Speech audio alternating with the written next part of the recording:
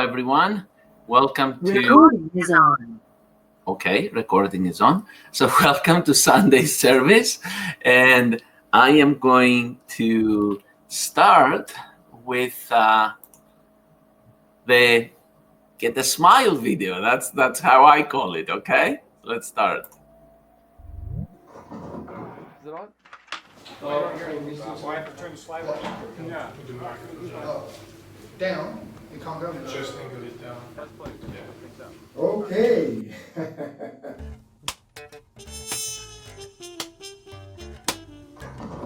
Hey guys. All right. Let's talk about something that ain't dangerous.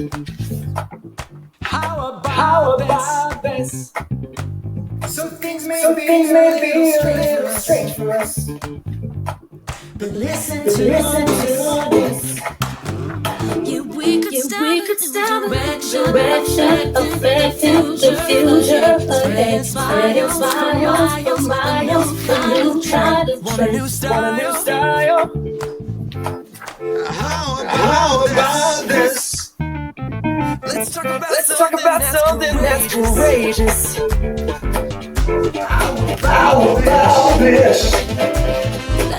Let's talk about something that's outrageous. It's out for yours. Yeah, we can start the direction affecting the future ahead. Spreading smiles from higher, a new kind of trend. Want a new style, hey.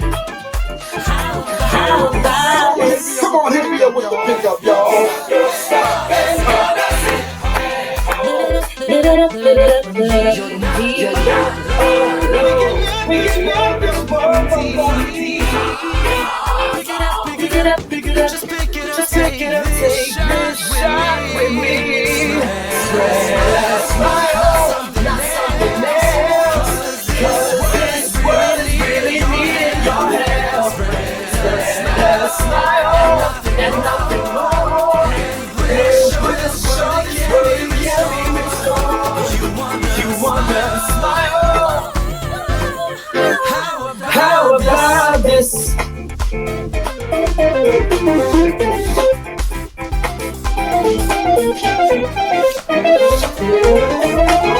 Oh, yeah.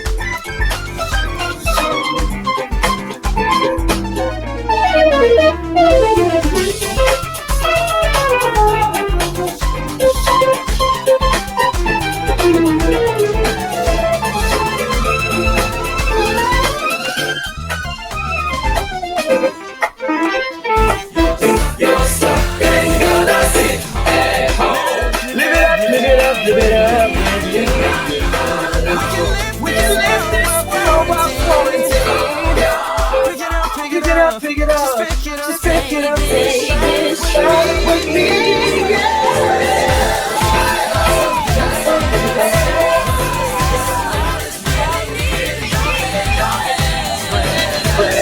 Smile and nothing more.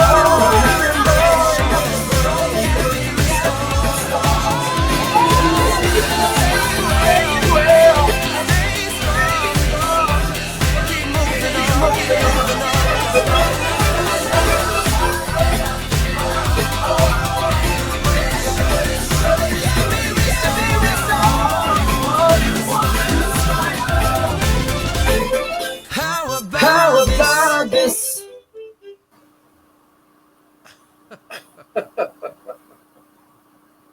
All right. So, how was it? Good, huh? So, this is so appropriate with what I chose for us to discuss today, because literally in life, when we decide to do something, when we decide to engage in something, I would say when we made the decision to engage in living to begin with, we did that with a smile. We did that because we thought that is a pro-survival action. because this would be something good. This would be something happy for us. And that's why we made the decision to engage into something like that, right? You get into a relationship. Why do you do that? Because you feel that that is a pro-survival action. You open a business or you get a job. Why? Because that would be a pro-survival action, and therefore it's an uptone activity. So it makes you feel happier. You get a smile in your face. And what happens after a while, perhaps, not always, but sometimes, that smile starts becoming a little less and less and less, and then it becomes a sad face. It turns upside down, right? From this way, it goes to this way. And why this happens? Why that smile turns upside down? And I think in many times it has to do with either failures that we have, or failures that somehow get re-stimulated within our existence. So I chose to read from LRH for you today, The Anatomy of Failure. So here we go. Two things are of paramount importance in Scientology. They are win and lose. A person can be stuck in either wins or losses. This might come as a surprise that a person could be stuck in a win, but the facts of a case are that a person is stuck in any reversal between intention or expectance. One knows of the man who lives forever after his having won the race, and one knows as well the man who lives forever after the failure of his business. Primarily, the person who is living forever after in some sort of incident is living the survival of something which overwhelmed him rather than his own survival. The anatomy of winning or losing, either one, is the anatomy of postulate and reverse postulate. A postulate is that self-determined thought which starts, stops, or changes past, present, or future efforts. One intends to do something by making a postulate that it will take place, yet something else takes place. This is a reversal of postulate. Now let us consider exactly what a failure is. It is only a failure of postulate. It is the failure of an intention. The intention is one thing, the result of the intention is a reverse. This is a failure. One would say offhand that the person who ran a car into a stone wall would have a failure. However, this is simply a social belief that one should not run cars into the wall. There are 4 conditions which could be involved with running a car into the wall. Running a car into the wall is not a failure without the addition of postulates. One does not intend to run the car into the wall and yet runs it into the wall. This is a failure. One intends to run the car into the wall and runs the car into the wall. This is a win. One intends not to run the car into the wall and doesn't run it into the wall. This is a win. One intends to run the car into the wall and doesn't run the car into the wall. This is a failure. Thus, we can see that running the car into the wall or not running the car into the wall do not themselves establish, except by public agreement as to the conditions of failure, an actual failure. The failure derives from failing to do what one intended to do. When one does what one intends to do, one has a win. When one intends to do one thing and accomplishes something else, one has a lose.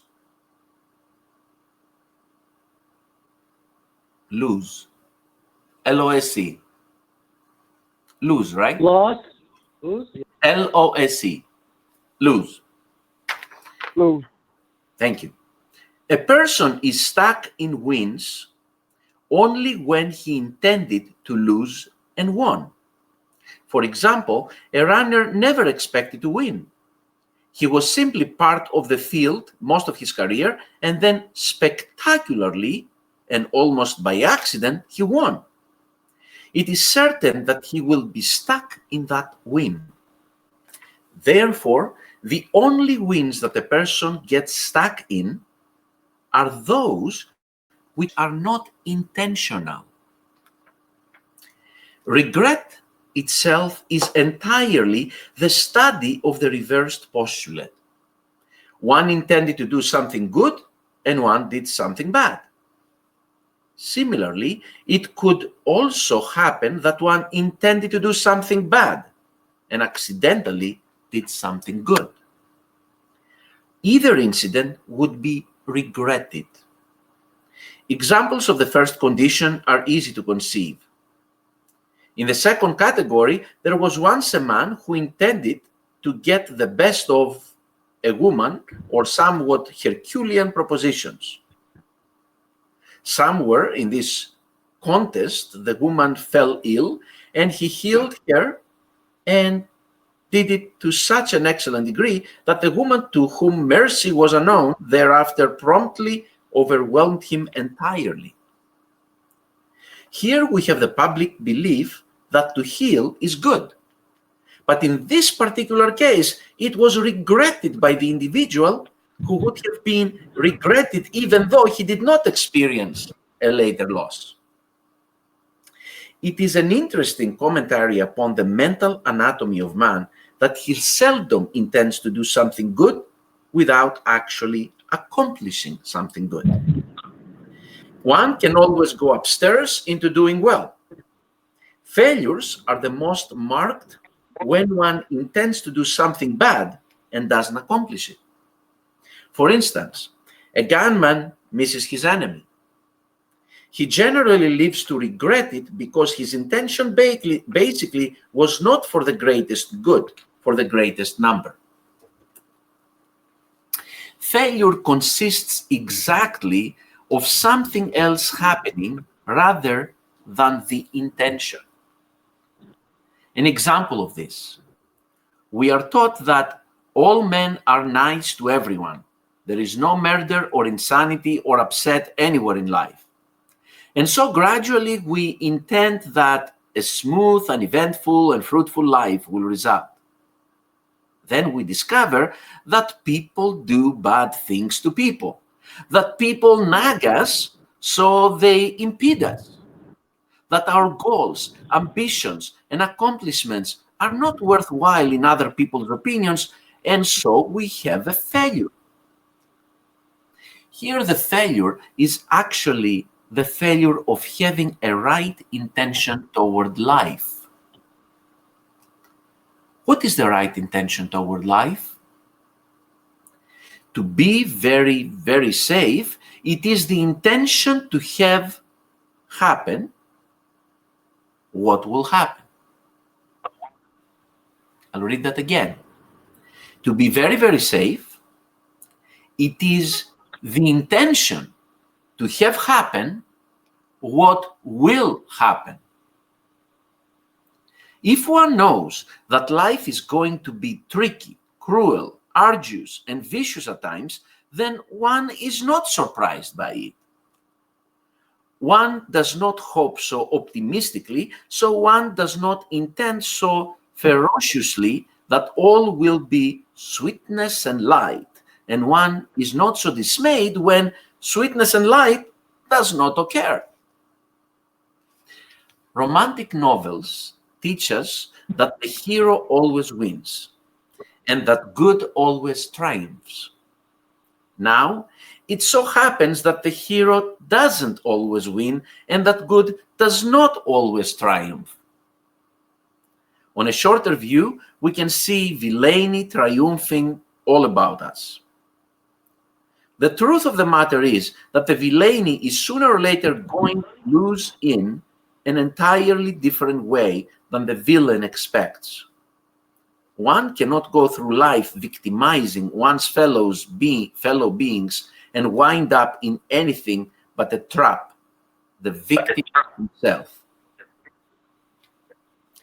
However, one doesn't observe this in the common course of life. One sees the villains succeeding everywhere, evidently amassing money, cutting their brother's throat, receiving the fruits of the courts, and coming to rule over men. Without looking at the final consequence of this, which is there just as certainly as the sun rises and sets, one begins to believe that evil triumphs where one has been taught that only good triumphs. This causes the person himself to have a failure and actually causes his downfall.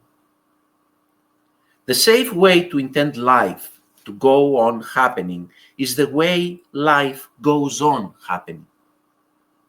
A much healthier attitude is to change life where one can change it, and not to be heartbroken because one has not changed it further. In other words, one can intend to change life for the better and can succeed. With Scientology, particularly, one can accomplish this. Before Scientology, one probably couldn't, so it would not have been safe or healthy to expect to change life in any way. But now, we can at least change life in the sphere where one exists.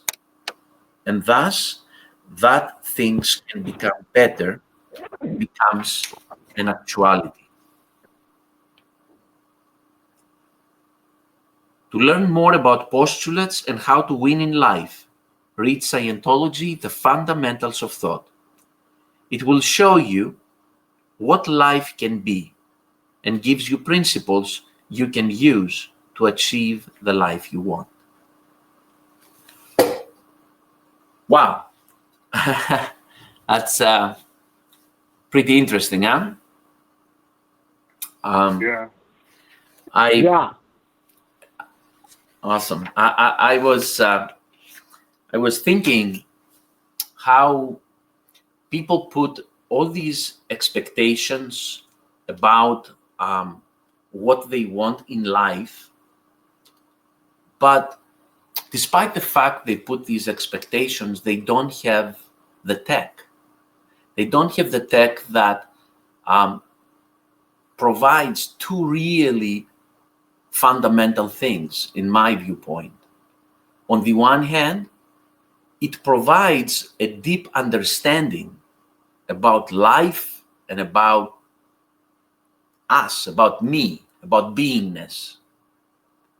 And at the same time, it provides the actual technology on doing something and achieving it and being at cause over the things that we want to achieve.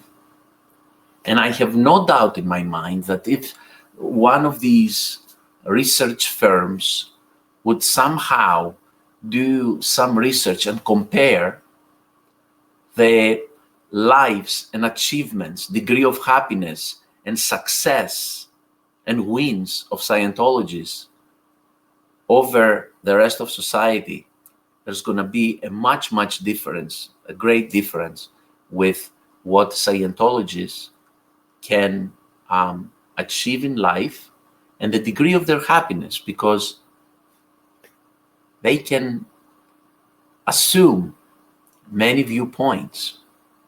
They can postulate things.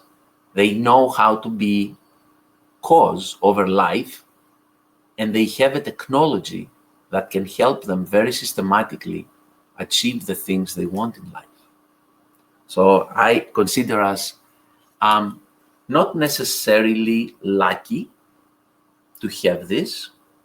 And the reason I'm saying I'm not considering us lucky is because we made a choice to be involved in Scientology. We decided at some point to get involved with Scientology, be Scientologists, do Scientology, live with Scientology, and really it was a choice we made.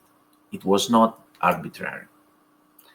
So it's more than being lucky. Any comments from anyone?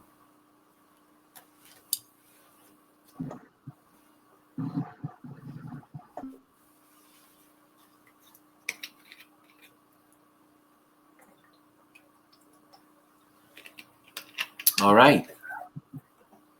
So if there are no comments, I would like to play for you something right now.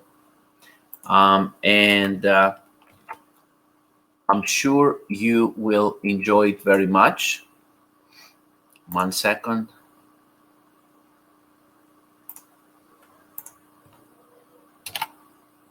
And here we go.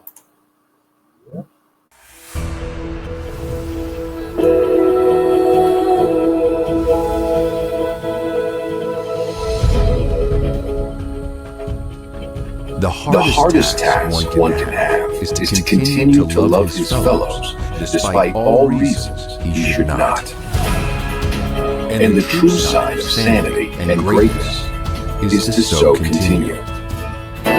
For the one who can achieve this, there is abundant hope. For those who cannot, there is only sorrow, hatred, and despair.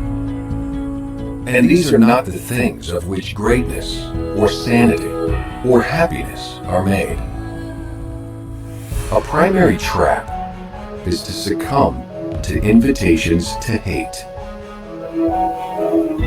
True greatness merely refuses to change in the face of bad actions against one. And a truly great person loves his fellows because he understands them. After all, they are all in the same trap. Some are oblivious of it. Some have gone mad because of it. Some act like those who betrayed them. But all are in the same trap. The generals, the street sweepers, the insane.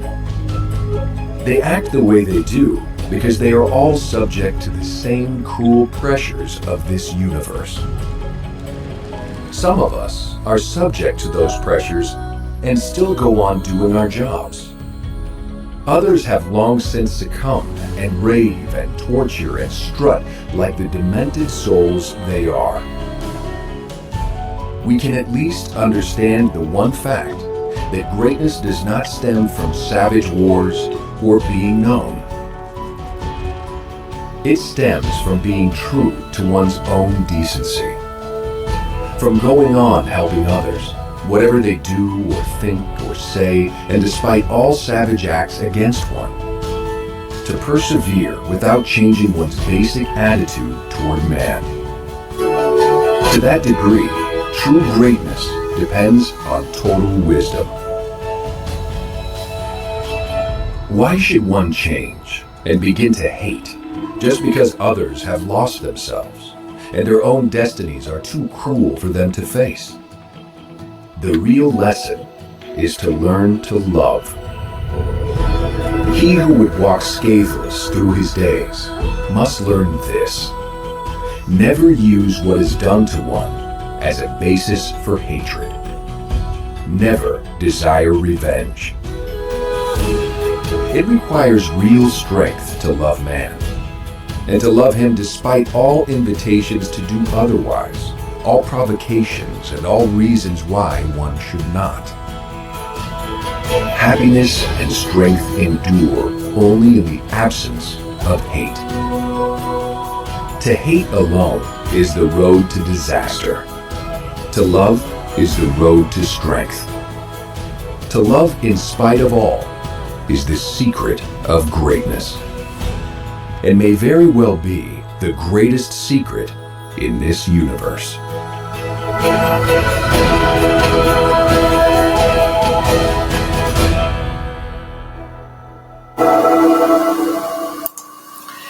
It's pretty amazing video, and I have to say that I was a little bit selfish playing this for you today, because I really wanted to hear it myself, because sometimes I watch on TV and the announcements about this and about that and about the other, and I'm like, here we go again. This is this way, this is that way, and I'm getting, okay, I have to exercise some what is greatness right now and start exhibiting ARC out there instead of getting frustrated with what I hear sometimes from politicians or this person or that person on TV. Before we go into announcements, is there anything that anybody would like to say or comment about today's sermon? I actually wanted to say something about that what is greatness has been a lifesaver for me many, many, many times. But it took me a while. It's like, it's kind of tough to just say, oh, I'm going to love in spite of all. But he actually tells you right in there how to do it. And it took me reading it 3 or 4 times to realize it's just a refusal to change despite whatever has been done to you. And that for me was like, okay, I can hang on to that piece of it. And when you refuse to change, you do end up finding that you can love everyone in spite of what's done to you. That's pretty awesome. Yes, I can totally see that. I can totally see that. Anybody else? You can share anything about the sermon, today's sermon, or if there is anything else that you would like to share, any other win that you had during the week, please feel free to do this.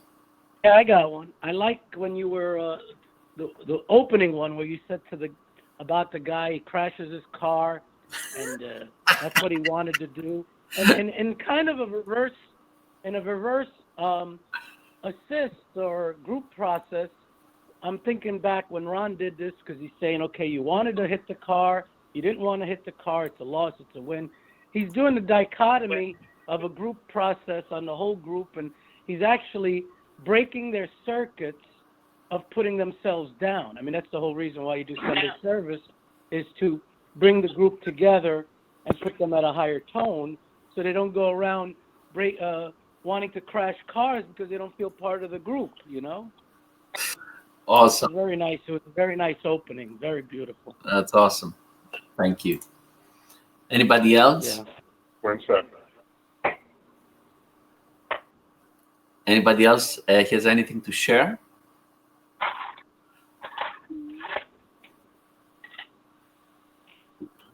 I had some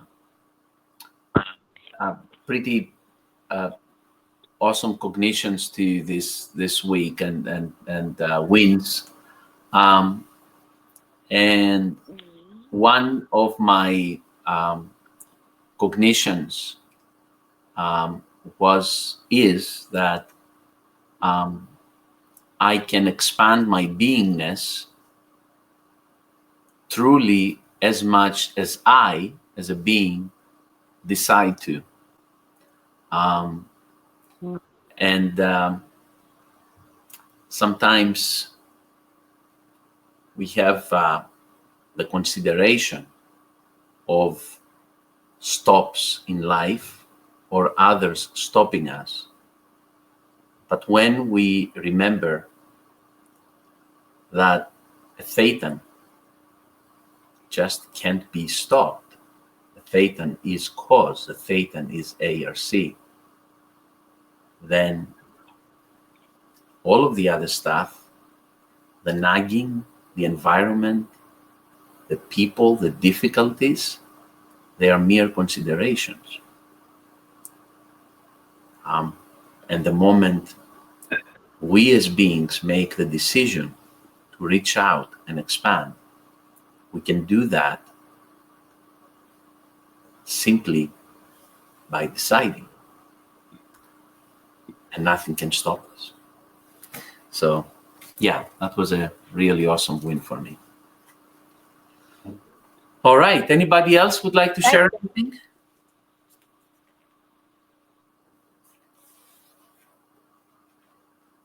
Okay. Announcements. Wendy and Mitch. Announcements. Or Mitch and Wendy. Either way. Where anybody would like to help, we're doing a massive DM campaign all across America. Stay Well. We're putting Stay Well booklets in all the businesses around New York. And if you'd like to help do that, you can call me or Leanne. We've got a whole bunch of people out there doing it. And this is COB's project. He feels it's going to have a tremendous impact, in respect to Scientology. So it's something that really does need to be done. And it's going to SafePoint the whole area and create a field for us. And it's, going to get us looked on in a really great light because, we're really doing something to help. So volunteers, anybody could call me or Leanne, who's in charge of the project. And we're also looking, we want to get as many people as we can onto extension courses.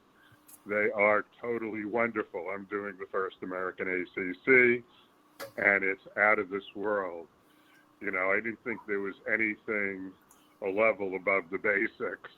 And I said, oh my God, this guy is so brilliant. He really you really want to know, the basics of this universe, the truth about life. We have it. You just have to make the time to do the lessons, and you'll be totally amazed. So call me, help other people get onto these lessons. This is a great win for society. For Scientology, having as many people as we have doing extension courses, but we want to get it to be much, much, much, much more.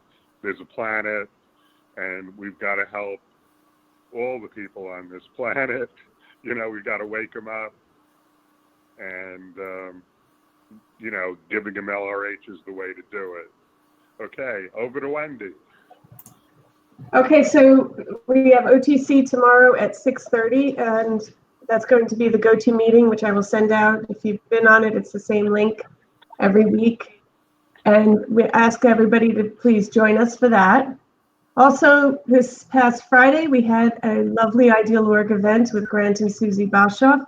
We are still working on building our Ideal Org, so your donations are welcome. And of course, if you've pledged a donation, please do make sure that happens at longislandideal.org. And then also we had IS events last night, which there were over 100 people on for New York area.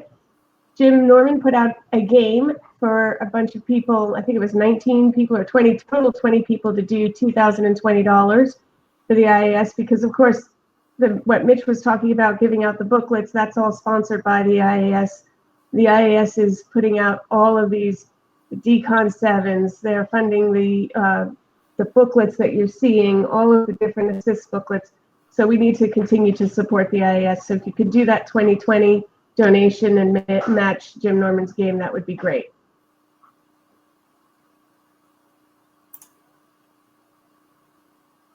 And that's all for me. Good. And also, I would like to remind to everyone that besides the extension courses that you can do with the Long Island Org Academy, there are amazing webinars. I've attended a couple of them already with the Free Winds that are absolutely spectacular. I attended the other day an amazing webinar with Andrea D'Agostini and with Rafferty Panderi. And oh my God, they are really amazing data, very theta. So remember that.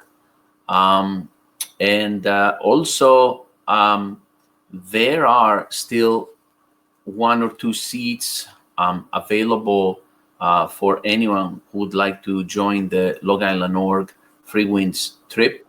I think we have still 2 seats available. So please contact Wendy or myself and we'll get you situated with that. All right. Anything that anybody would like to share at this point? Okay, before I read for you the Scientology prayer for total freedom, I would like just to get an idea of if in your environment right now you have any other people who are listening or watching this Sunday service, because I know that we have 8 people right now, but I don't know if there are doubles in a location, and we need that for our weekly stats on this. So is any of you having a second person or a third person in the room where you are listening together to this? Renee's with me. Awesome. Hi, Renee. All right. Hi. Very good. Anybody else? Awesome. Okay. Thank you. All right. Here we go. May the author of the universe enable all men to reach an understanding of their spiritual nature. May awareness and understanding of life expand, so that all may come to know the author of the universe. And may others also reach this understanding, which brings total freedom. At this time, we think of those whose liberty is threatened, of those who have suffered imprisonment for their beliefs, of those who are enslaved or martyred, and for all those who are brutalized, trapped, or attacked. We pray that human rights will be preserved so that all people may believe and worship freely, so that freedom will once again be seen in our land. Freedom from war and poverty and want, freedom to be, freedom to do, and freedom to have. Freedom to use and understand man's potential, a potential that is God-given and God-like. And freedom to achieve that understanding and awareness that is total freedom. May God let it be so.